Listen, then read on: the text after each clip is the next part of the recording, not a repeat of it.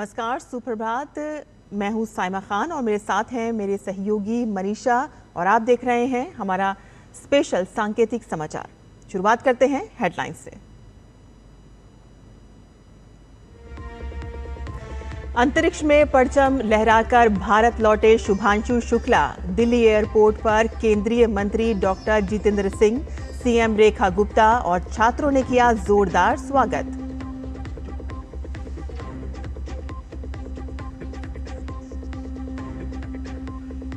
प्रधानमंत्री नरेंद्र मोदी आज 11,000 करोड़ रुपए की संयुक्त लागत वाली 2 प्रमुख राष्ट्रीय राजमार्ग परियोजनाओं का करेंगे उद्घाटन। परियोजना में द्वारका एक्सप्रेसवे का दिल्ली खंड शामिल।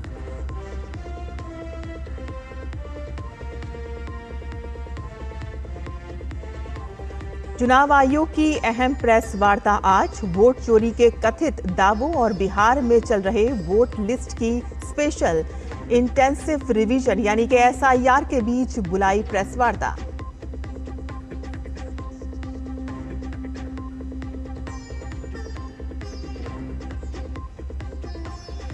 विदेश सचिव विक्रम मिस्री का आज से 2 दिवसीय नेपाल दौरा। द्विपक्षीय सहयोग और साझेदारी पर होगी बातचीत। नेपाल के प्रधानमंत्री केपी शर्मा ओली के सितंबर में भारत दौरे से पहले हो रही है ये दौरा।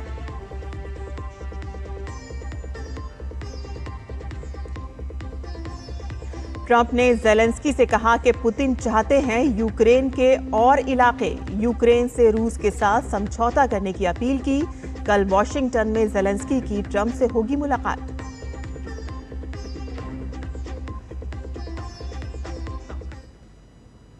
और अब समाचार विस्तार से। अंतरिक्ष में परचम लहराने के बाद वायुसेना के ग्रुप कैप्टन शुभांशु शुक्ला आज तड़के पहली बार भारत पहुंचे। दिल्ली के इंदिरा गांधी इंटरनेशनल एयरपोर्ट पहुंचने पर केंद्रीय राज्य मंत्री जितेंद्र सिंह, दिल्ली की मुख्यमंत्री रेखा गुप्ता और इसरो के अध्यक्ष वी नारायण ने उनका स्वागत किया। और इस दौरान शुभांशु शुक्ला का परिवार भी दिल्ली एयरपोर्ट पर मौजूद रहा और साथ ही छात्रों समेत बड़ी संख्या में लोगों ने शुभांशु शुक्ला का जोरदार स्वागत किया। शुभांशु शुक्ला अमेरिका के टेक्सास से नई दिल्ली पहुंचे। स्वदेश वापसी के तुरंत बाद उनके प्रधानमंत्री नरेंद्र मोदी से मिलने और आईएसएस में अपने यादगार अनुभवों और प्रयोगों को उनके साथ साझा करने की उम्मीद है। नई दिल्ली के बाद वे अपने गृह नगर लखनऊ जाएंगे।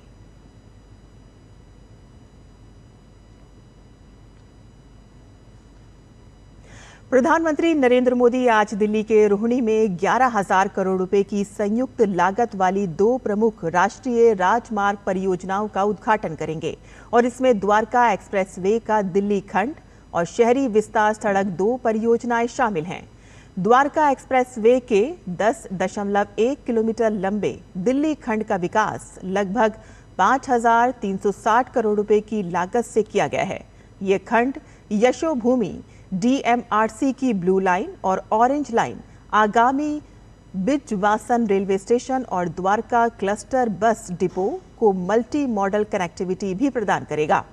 प्रधानमंत्री नरेंद्र मोदी शहरी विस्तार सड़क 2 के तहत दिल्ली के अलीपुर से दिगांव कला तक का उद्घाटन करेंगे और इसके अलावा वह बहादुरगढ़ और सोनीपत को जोड़ने वाले नए लिंक मार्गों की भी सौगात देंगे। इस परियोजना का निर्माण लगभग 5,580 करोड़ रुपए की लागत से किया गया है।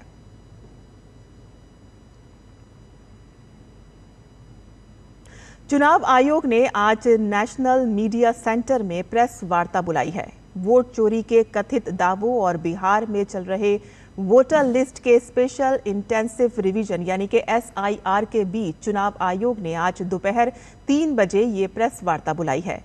प्रेस कॉन्फ्रेंस का विषय अभी तक स्पष्ट नहीं है, लेकिन अधिकारियों का कहना है कि ये निर्वाचन आयोग पर लगे आरोपों से संबंधित है।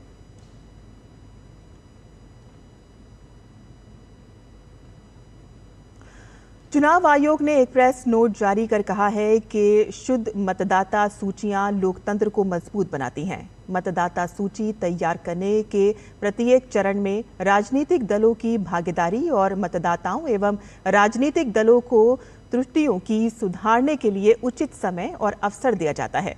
प्रेस नोट में कहा गया है कि मसौदा मतदाता सूची के प्रकाशन के बाद उसकी डिजिटल और फिजिकल कॉपियां सभी राजनीतिक दलों के साथ साझा की जाती हैं और सभी के देखने के लिए ECI वेबसाइट पर डाली जाती हैं। मसौदा मतदाता सूची के प्रकाशन के बाद अंतिम मतदाता सूची प्रकाशित होने से पहले दावे और आपत्तियां दाखिल करने के लिए मतदाताओं और राजनीतिक दलों के पास पूरे 1 महीने का समय उपलब्ध होता है।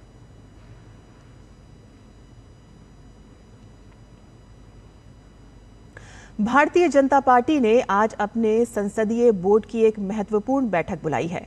जानकारी के अनुसार ये बैठक आज शाम होगी। इस बैठक में प्रधानमंत्री नरेंद्र मोदी, भाजपा अध्यक्ष JP नड्डा, गृह मंत्री अमित शाह और रक्षा मंत्री राजनाथ सिंह के साथ संगठन महासचिव BL संतोष समेत पार्टी के वरिष्ठ नेता शामिल होंगे। इस बैठक में अन्य महत्वपूर्ण राजनीतिक मुद्दों के अलावा उपराष्ट्रपति पद के उम्मीदवार का नाम तय किए जाने की संभावना है।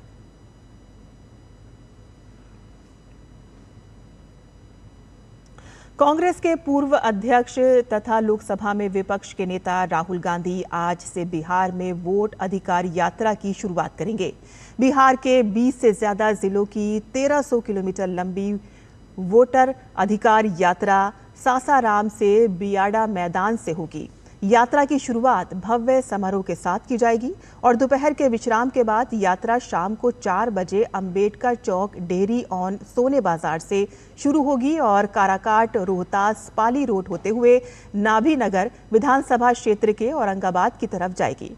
राहुल गांधी शाम 7 बजे रमेश चौक औरंगाबाद एक जनसभा को भी संबोधित करेंगे।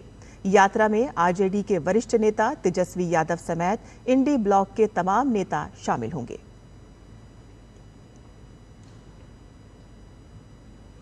विदेश सचिव विक्रम मिस्री आज से नेपाल की 2 दिवसीय आधिकारिक यात्रा पर रहेंगे।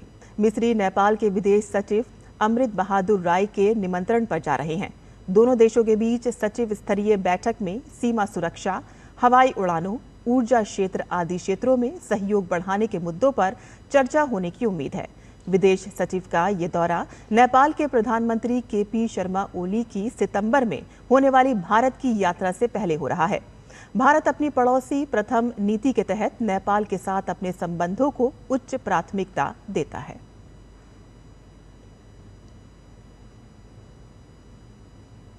महाराष्ट्र के मुंबई समेत कई हिस्सों में रुक रुक कर बारिश जारी है और जिसकी वजह से कई इलाकों में जल भराव हो गया है, जिससे लोगों को यातायात में काफी परेशानियों का सामना करना पड़ रहा है। और इस बीच मौसम विभाग ने रेड अलर्ट हटाकर ऑरेंज अलर्ट कर दिया है।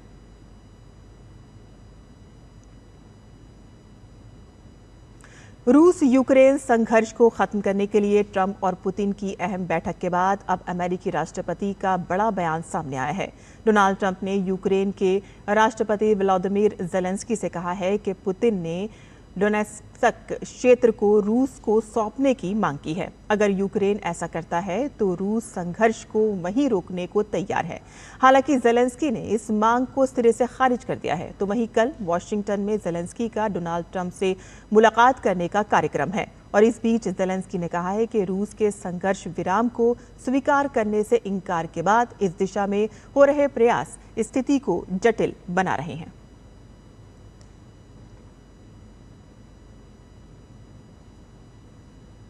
हमारे इस विशेष सांकेतिक समाचार में बस इतना ही। मुझे और मेरी सहयोगी मनीषा को अनुमति दें, लेकिन आप देखते रहिए DD न्यूज़।